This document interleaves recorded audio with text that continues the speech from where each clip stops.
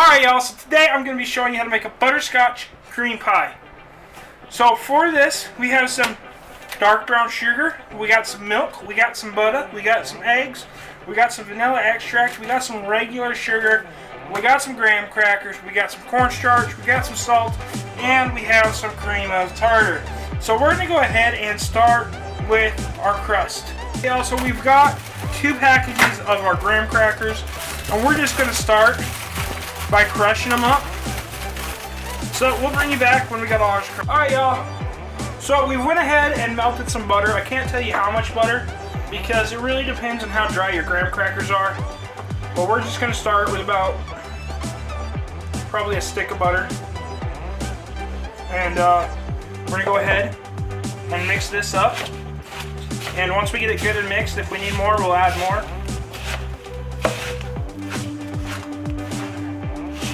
Which I think we're going to need more. And it just depends on how dry your crackers are when you do this. So I can't really give you an honest measurement. You got to go for what you like, and we're going to add more butter to that. We'll bring you back. Alright y'all, so we have gone ahead. We got our graham cracker to where they look pretty shiny and they're plying together all to themselves. So what we're going to go ahead and do is bring in our pie pan. And we're going to go ahead and dump graham crackers in there. And then we're just going to take our hands and we're going to pull this all around, get it around, until we have a pie crust that's ready to go. I'm going to go ahead and do mine and we'll bring you back. Alright y'all, so now we have our pie crust ready to go. Now we've went ahead and preheated our oven to 325 degrees. We're going to pre-bake this for about 8 to 10 minutes. So while that's pre-baking, we're going to go ahead and move on to our next step, which is making our filling. Alright y'all, so we're going to take our 3 eggs. We've already done one off camera, sorry about that. We're just going to go ahead and separate the egg from the yolk. And we need both the yolk and the egg. So we're going to take our yolk, put it in one bowl, and our whites in another bowl. Now that we got that done, we're going to go ahead and set that to the side, and we are going to move over to the stove next. Alright y'all, so in a medium-sized saucepan, we're going to go ahead and take 2 cups of milk, and we're going to heat this on a medium heat. Alright, so in this bowl, we've got 3/4 cup of brown sugar, we got 3 tablespoons of cornstarch, and we got a pinch of salt. Now what we're going to do is we're just going to try to gradually add this to our milk. Now we're going to keep stirring this. We're going to bring it to a boil. And then we're going to continue to stir it, let it boil for 2 minutes, remove from heat, and we'll bring you back at that point. Alright y'all, so we've went ahead, and I forgot to clarify, we're not coming to a hard boil, we're coming to just a bubbling boil, which is a soft boil. What we're going to do is we got our 3 eggs beaten. We're going to add a spoonful of our custard to our egg. Or a couple spoonfuls. And we're just going to add a little bit at a time, stirring it up. And this is what we're doing is called tempering our eggs. And it's this way it makes sure it doesn't just cook our eggs right away. And once we got this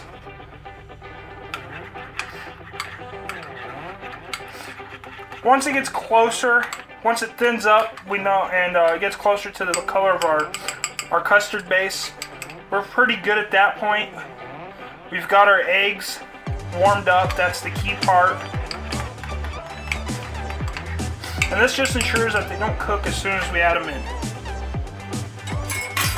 Now we are just going to gradually pour this in to our custard base, mixing as we go.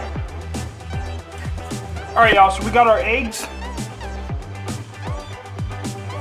Alright y'all, so we have our eggs mixed in. We have returned it back over to our burner. We're going to, at the same medium heat, we're going to go ahead and cook this for another 2 minutes. And while this is cooking, we are gonna go ahead and add in 3 tablespoons of butter. Get that mixed in and melted. And then we are also gonna be adding in a teaspoon of vanilla and getting that mixed in. And then we're just gonna go ahead, cook this for the 2 minutes and remove from heat. Alright y'all, so now we are going to be making our meringue. So we got our 3 egg whites. And we're just gonna go ahead and beat these until we have a pretty frothy and foamy mixture. We'll bring you back. Alright y'all, so we have a frothy egg mixture. We're gonna go ahead and add 1/4 of a teaspoon of our cream of tartar.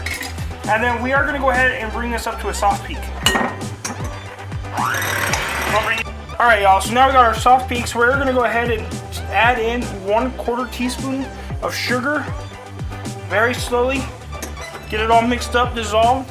Add a little more, and just keep doing that until it's all dissolved in. You want to do it very gradually and slowly. We'll bring you back. Alright y'all, so we have our meringue made. It's at we got it mixed, all the sugar mixed in, brought it up to a stiff peak. Now we have brought our pie crust back and our custard base back. And we're just gonna go ahead, give this a good old filling into our pie crust here.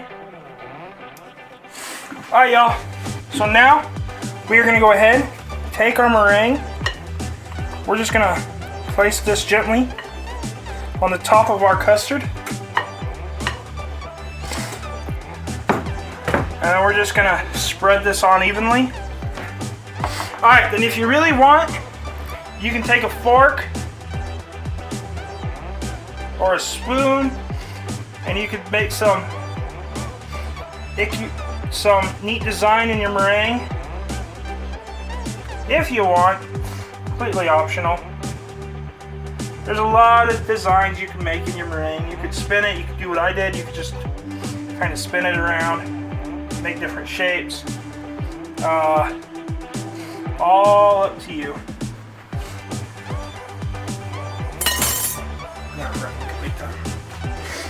Oh, that actually looks like it's gonna be sexy.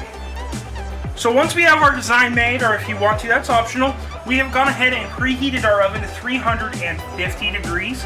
We're gonna go ahead and throw this in there for 12 to 15 minutes until our meringue becomes golden brown. We shall bring you back at that point. Hi y'all. So now, it's been in the oven. It took about 18 minutes. It's golden brown. The meringue's golden brown. Now the key is we gotta let this cool so it finishes forming up and gets to what we want it to be. If I was you, I'd cook this the night before you want it and throw it in your fridge after a few hours of cooling, and then it'll be perfect. So we're gonna go ahead and let ours cool. We'll bring you back when we're ready to eat it.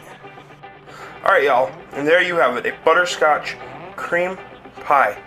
If you like this video, go ahead and hit that like and subscribe button. Until next time, keep on cooking on.